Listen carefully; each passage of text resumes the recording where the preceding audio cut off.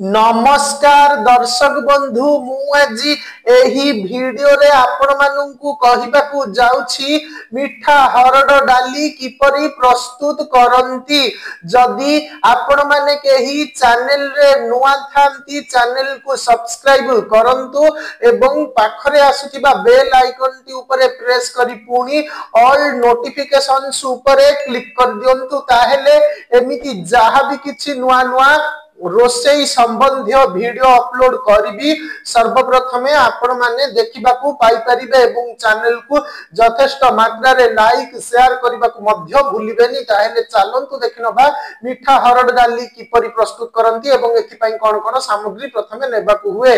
परिमाण 250 ग्राम हरड डाली, 2 ग्राम सोरिष, 50 ग्राम चीनी, 1 इंच लंबर खंडे अदा, 10 ग्राम घी, आवश्यक मुताबक लूण, हळदी गुंड।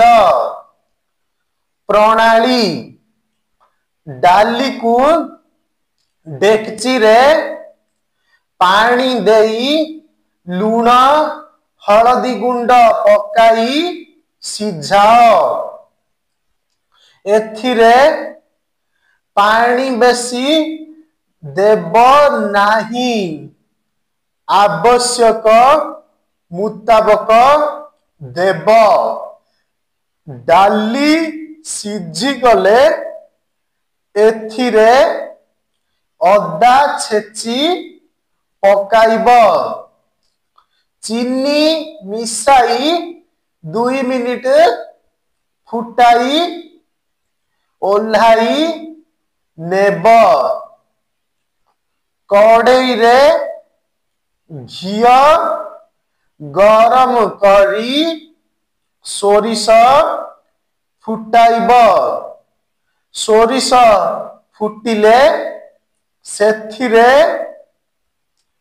डाली को ढाली बघारी नेई ओल्हाई नेब।